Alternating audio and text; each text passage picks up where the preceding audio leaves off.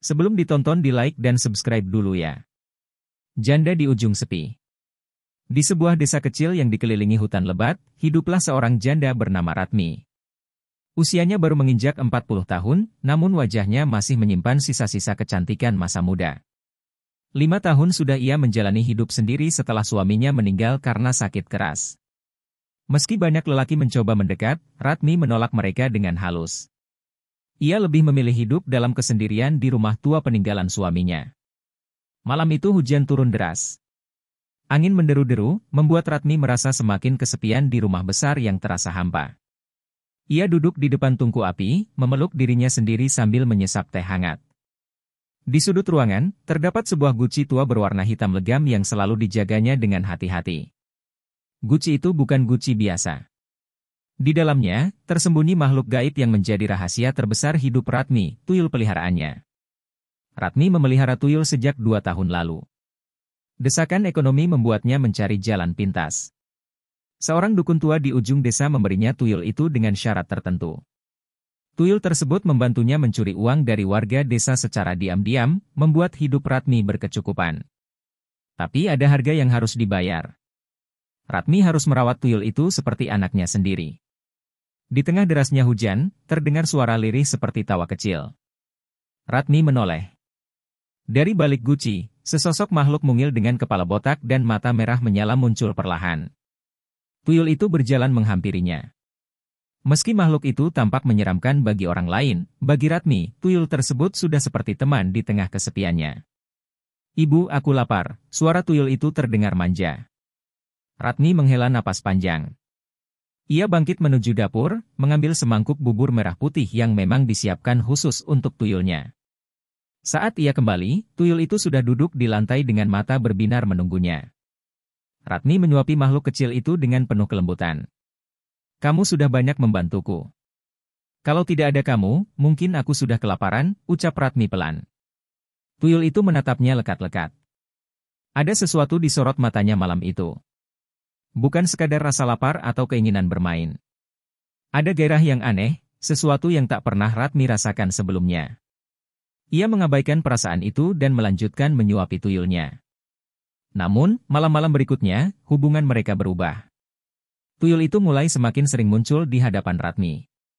Ia bukan lagi sekadar makhluk peliharaan yang membantu mencuri uang. Ada ikatan ganjil yang mulai tumbuh di antara mereka, sesuatu yang melampaui hubungan majikan dan peliharaan. Ratmi sering terbangun di tengah malam, merasakan sentuhan lembut di tubuhnya.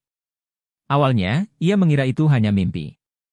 Namun, lama-kelamaan, kenyataan mulai bercampur dengan sesuatu yang sulit dijelaskan. Hati Ratmi mulai bimbang.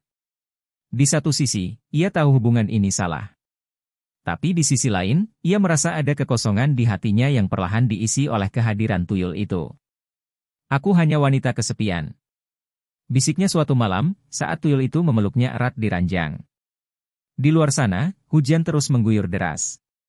Tapi di dalam rumah tua itu, sesuatu yang terlarang mulai bersemi dalam keheningan malam. Dan Ratmi, janda yang selama ini menutup hatinya dari lelaki, kini justru terjerat oleh makhluk gaib yang ia pelihara sendiri. Benih di antara kita. Hari-hari berlalu, dan hubungan antara Ratmi dan tuyul semakin tak terpisahkan. Ratmi mulai membiarkan makhluk itu tidur di sampingnya setiap malam. Ada rasa nyaman yang sulit dijelaskan, meski di hatinya tumbuh kegelisahan yang tak bisa diabaikan. Suatu pagi, Ratmi merasa ada yang aneh di tubuhnya. Mual datang tiba-tiba, dan ia merasa tubuhnya lemas. Awalnya ia mengira hanya kelelahan, tetapi gejala itu terus berlanjut. Dalam diam, ia mulai merasa takut. Ia belum pernah merasa seperti ini sejak kepergian suaminya. "Apa yang terjadi padaku?" gumamnya di depan cermin, menatap perutnya yang terasa sedikit membuncit. Tuyul yang biasa riang, malam itu terlihat murung. Ia memandangi Ratmi dengan tatapan yang sulit diartikan. Ada sesuatu yang berubah di antara mereka, dan Ratmi bisa merasakannya. Namun, ia terlalu takut untuk mencari tahu kebenarannya. Malam berikutnya, Ratmi bermimpi aneh. Dalam mimpinya, ia berada di tengah ladang yang luas, di mana suara tangisan bayi menggema di udara.